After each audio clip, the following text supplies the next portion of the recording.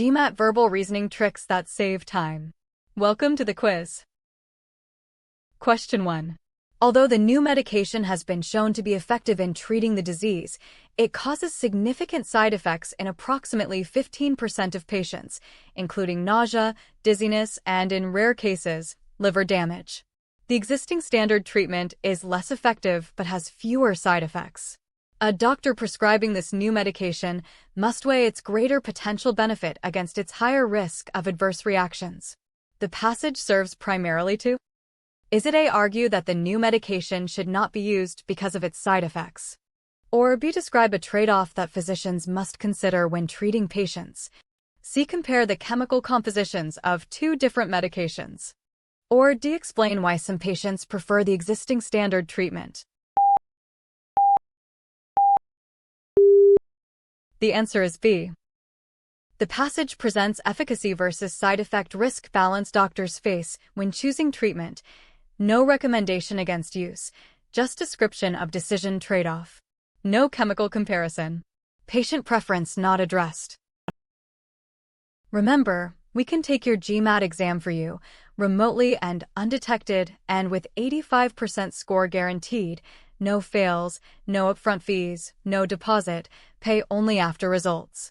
Message us via number in bio to schedule your session. Next question. Economist, raising the minimum wage will help low-income workers afford basic necessities.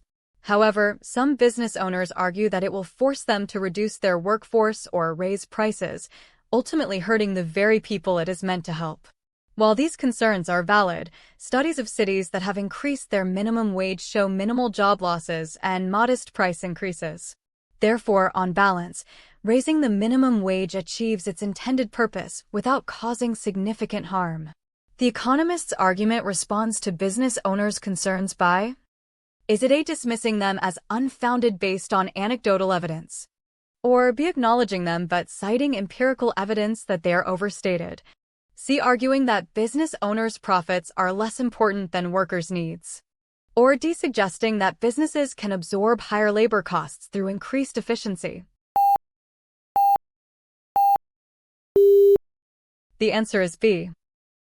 Economist acknowledges concerns valid, but counters with studies showing minimal harm, acknowledging but using evidence to show effects overstated / not significant. Not anecdotal. Not profit versus workers' priority. Efficiency not mentioned. Next question. In the 1990s, Country X invested heavily in improving its primary education system, building thousands of new schools and training tens of thousands of teachers. 20 years later, the country's university graduation rate has nearly doubled. Which of the following, if true, would most strengthen the argument that the investment in primary education caused the increase in university graduates? Is it A, during the same 20-year period, several neighboring countries also saw increases in their university graduation rates? Or B, the government simultaneously implemented policies making university tuition more affordable for low-income students? C, countries that made similar investments in primary education during the same period experienced comparable increases in university graduates? Or D, the number of university-aged citizens in Country X remained relatively stable over the 20-year period? The answer is C. Similar primary education investments elsewhere leading to similar graduation increases supports causation by showing pattern/replication, ruling out Country X-specific factors. Neighboring increases suggest regional trend, weakening causation. Tuition policies offer alternative cause. Stable population rules out demographic explanation but does not positively strengthen causation. Next question.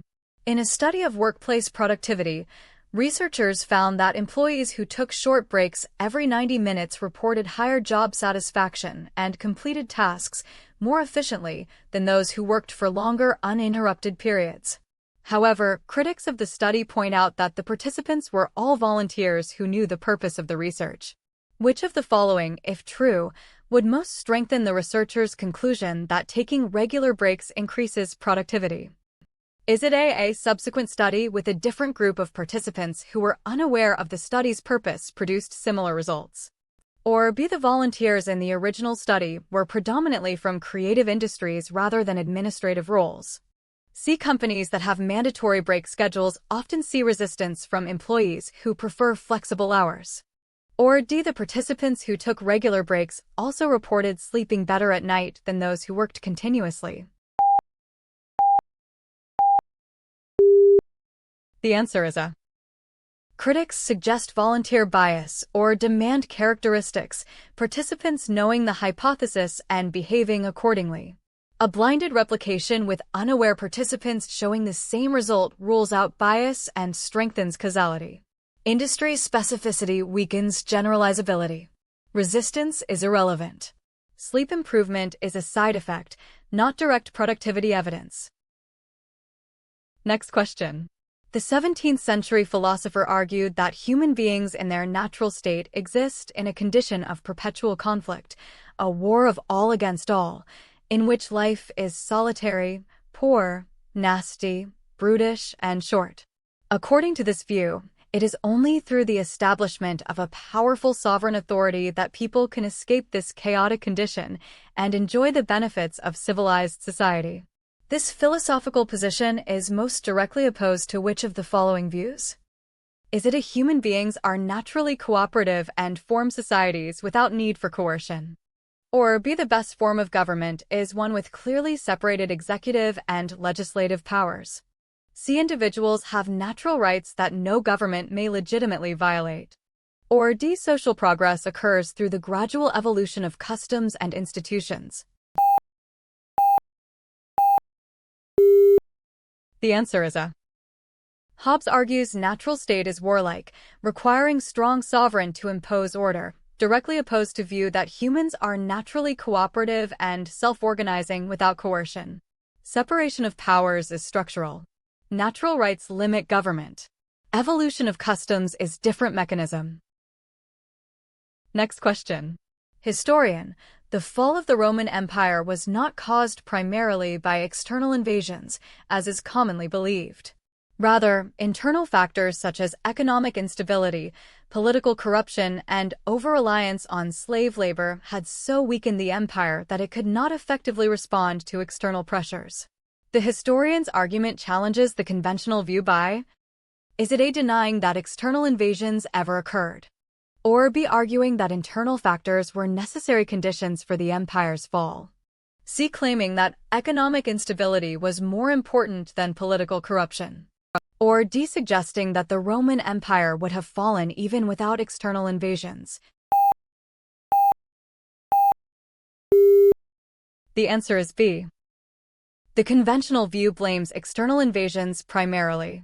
The historian says internal weaknesses made the empire unable to respond, implying invasions were a trigger, but internal decay was the fundamental cause, making internal factors necessary. Without them, invasions might have been repelled.